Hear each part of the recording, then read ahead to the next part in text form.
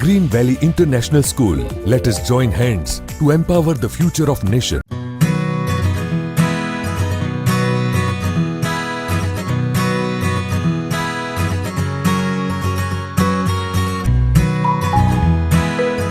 Hello friends, how are you all? Hope you all are fine and safe. Welcome to the online classes of Green Valley International School, grade 4th, subject Hindi. आज हम पढ़ने वाले हैं poem 12 पेड़ का दर्द। तो हम पोएम का अभ्यास कर चुके हैं, अब हम सीखेंगे उसका अभ्यास। उसके पहले हम पोएम को याद कर लेते हैं कि प्रसिद्ध कवि पेड़ का दर्द वो सुनहरीलाल वर्मा तुरंत द्वारा रचित कविता पेड़ का दर्द में स्पष्ट किया गया है कि पेड़ मानव जाति को इतना अधिक देते हैं जिनका मूल्य कभी चुकाया नहीं जा सकता, परंतु मानव स्वयं उनके प्रति कृतज्ञ है। वह बिना सोच विचार कर उन्हें काटता है। पेड़ मानव को संबोधित करते हुए कहता है कि मानव जाति को शुद्ध वायु, ठंडी छाया, औषधियाँ, वर्षा और न जाने क्या क्या देता है। इसके बावजूद वह उसे क्यों काटता है? जिस दिन पेड़ नहीं रहेंगे उस दिन मानव का अस्तित्व भी खतरे में पड़ जाएगा। अभी भी यदि हम नहीं समझे तो कब समझेंगे? तो बच्चों, हमें पेड़ नहीं काटना चाहिए। आओ हमें उसका अभ्यास देखते हैं। उचित शब्द पर राइट लगाकर रिक्त स्थान भरो। क ब्लैंक से एक दिन बोला माली, लकड़हारे या फिर किसान। तो हमारा सही आंसर है लकड़हारे। लकड़हारे से एक दिन बोला। दूसरा ख ब्लैंक से प्रकाश लेकर तारे, चांद या सूरज। तो हमारा सही आंसर है सूरज। सूरज से प्रकाश लेकर। ग देख न पाएगा ब्लैंक तू, सर्दी, गर्मी या वसंत। वसंत हमारा सही आंसर है। देख न पाएगा वसंत तू। आगे देखते हैं। निम्नलिखित प्रश्नों के उत्तर दो मौखिक। उसमें क पेड़ के लकड़हारे से क्या कहा?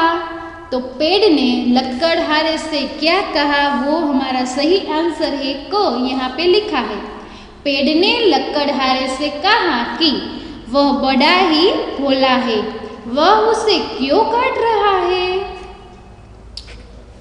ख पेड़ ताप कैसे मिटाता रहता है? तो हमारा ख का सही आंसर है पेड़ अपनी शीतल छाया देकर दूसरे का ताप मिटाता रहता।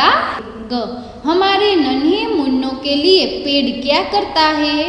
हमारे नन्हे मुन्नों को पेड़ अपनी शीतल छाया में झुलाता है और अपनी गोद में उन्हें लोरी सुनाकर सुलाता है। तो ये हो गए मौखिक क्वेश्चन के आंसर। अब देखते हैं लिखित क्वेश्चन के आंसर। पेड़ अपना खाना कैसे पकाता है? तो हमारा सही आंसर है पेड़ अपना खाना सूरज से प्रकाश लेकर स्वयं पकाता है। ख पेड़ हमारा दुख कैसे हर लेता है? तो हमारा ख का सही आंसर है पेड़ अपनी शीतल छाया देकर हमारा सारा दुख हर लेता है। ग पेड़ नहीं होंगे तो क्या होगा? तो आइए देखते हैं ग का आंसर।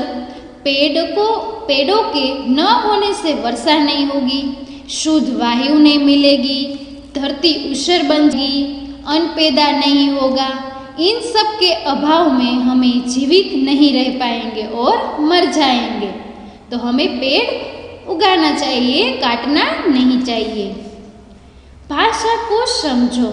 जिस शब्द से काम के करने या होने का पता चलता है उसे क्रिया कहते हैं, जैसे हंसना, रोना, गाना, सुनना आदि। दिए गए वाक्यों में क्रिया शब्दों को रेखांकित करो। हमें इस वाक्यों में से क्रिया जो करते हैं उसको हमें रेखांकित करना है और यहाँ पे आप सबको लिखना है। पेड़ हमें बहुत कुछ देता है, तो यहाँ इस वाक्य में क्रिया क्या है? देना। तो देता है। पेड़ हमें बहुत कुछ देता है। क्या पेड़ क्या करते हैं? बहुत कुछ देते हैं। तो देता है वो क्रिया हो गई, तो उसके नीचे हमने लाइन कर दी। ख पेड़ अपना खाना सूर्य के प्रकाश से पकाता है, तो उसमें क्रिया क्या हो गई? पकाना। तो यहाँ पे हमें लाइन कर दी, तो ये शब्द यहाँ पे लिखना है। पेड़ अपना खाना सूर्य के प्रकाश से पकाता है, तो इसमें क्रिया के शब्द पकाता है। ग, पेड़ धूप से बचाकर ताप मिटाता है, तो इस वाक्य में मिटाता है वो हो गए हमारे क्रिया के शब्द, तो यहाँ पे लिखना है और यहाँ पे लाइन भी करनी है। वह हमेशा गाता रहता है, पेड़ हमेशा क्या करता रहता है? उसकी क्रिया क्या है? गाता रहता है, तो ये हो गई क्रिया, तो यहाँ पे लिखना है। नेक्स्ट सेंटेंस है, वह रात को हमें सुलाता है। क्या करता है? सुलाता है, तो वो एक हो गई क्रिया। तो क्रिया के शब्द क्या क्या हुए? देता है, पकाता है, मिटाता है, गाता है, सुलाता है, हंसना, रोना, ये आदि शब्द हो गए क्रिया के शब्द। तो यहाँ पे हमने वाक्य में से क्रिया के शब्द ढूंढ लिए। आगे देखते हैं, जो शब्द सुनने में एक जैसे लगते हैं पर उनके अर्थ अलग अलग होते हैं उन्हें श्रुति संभिन्नार्थक शब्द कहते हैं, जैसे साल, शोल आदि। क्या कहते हैं? सुनने में एक जैसे लगते हैं बल्कि उसके अर्थ अलग अलग होते हैं, तो उन्हें क्या कहते हैं? श्रुति संभिन्नार्थक शब्द। तो आइए देखते हैं, श्रुति संभिन्नार्थक शब्द का प्रयोग करके हम वाक्य बनाते हैं। उसमें क्या अंतर है वो हम वाक्य बनाए हैं उसमें हम देख लेते हैं। अब निम्नलिखित शब्द को वाक्यों में इस प्रकार प्रयोग करो कि उनका अंतर स्पष्ट हो सके। क, दिन, हमें दिन लोगों की मदद करनी चाहिए। हमें दिन लोगों की मदद करनी चाहिए। दिन में यहाँ पे मिस्टेक है, ये वाला दिन आएगा, तो यहाँ पे वो दिन लिखना। ओके बच्चों। दूसरा दिन, आज का दिन बहुत सुहावना है। क्या कह रहे हैं? पहले दिन में हमें दिन लोगों की मदद करनी चाहिए, उसमें क्या कहते हैं? और दूसरे दिन का अर्थ क्या होता है कि आज का दिन बहुत सुहावना है।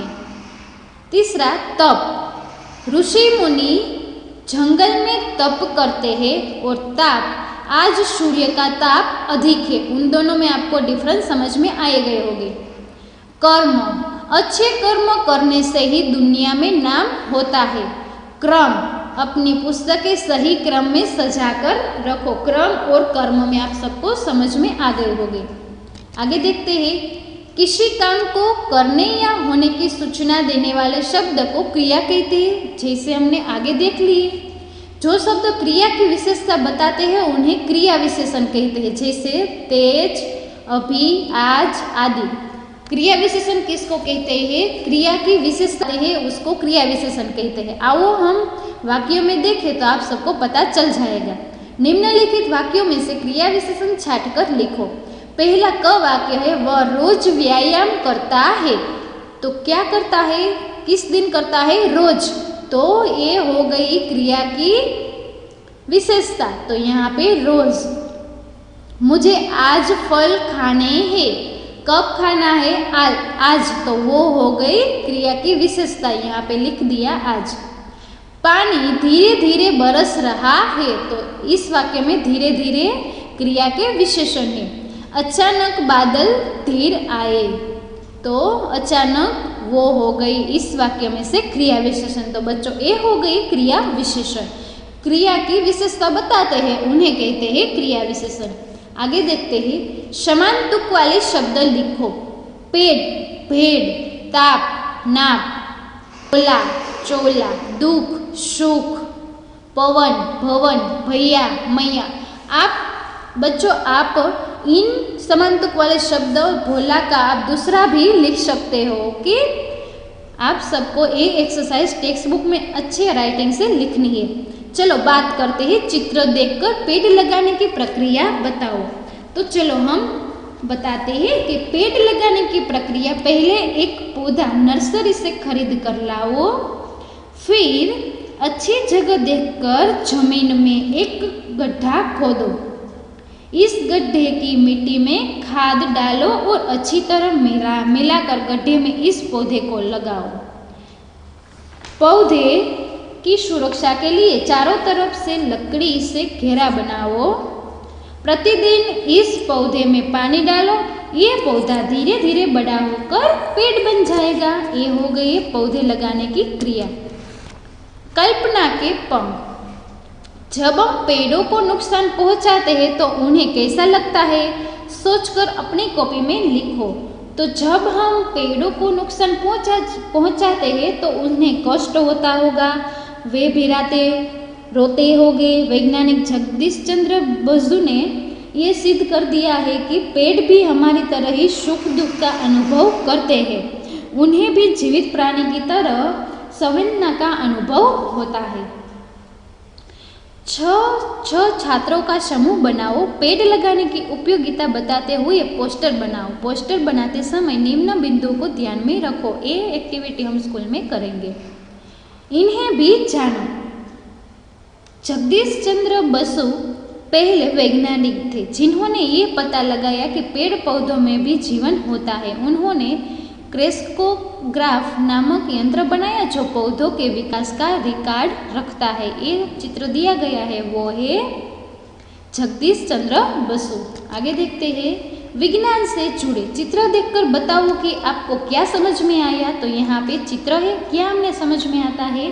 तो दिए गए चित्र को देखकर ये समझ में आता है कि हम जिस प्राण वायु ऑक्सीजन को सांस के माध्यम से अंदर लेते हैं वह हमें पेड़ों से ही प्राप्त होती है। साथ ही हम जिस वायु कार्बन डाइऑक्साइड को बाहर छोड़ते हैं उसे पेड़ ग्रहण करते हैं।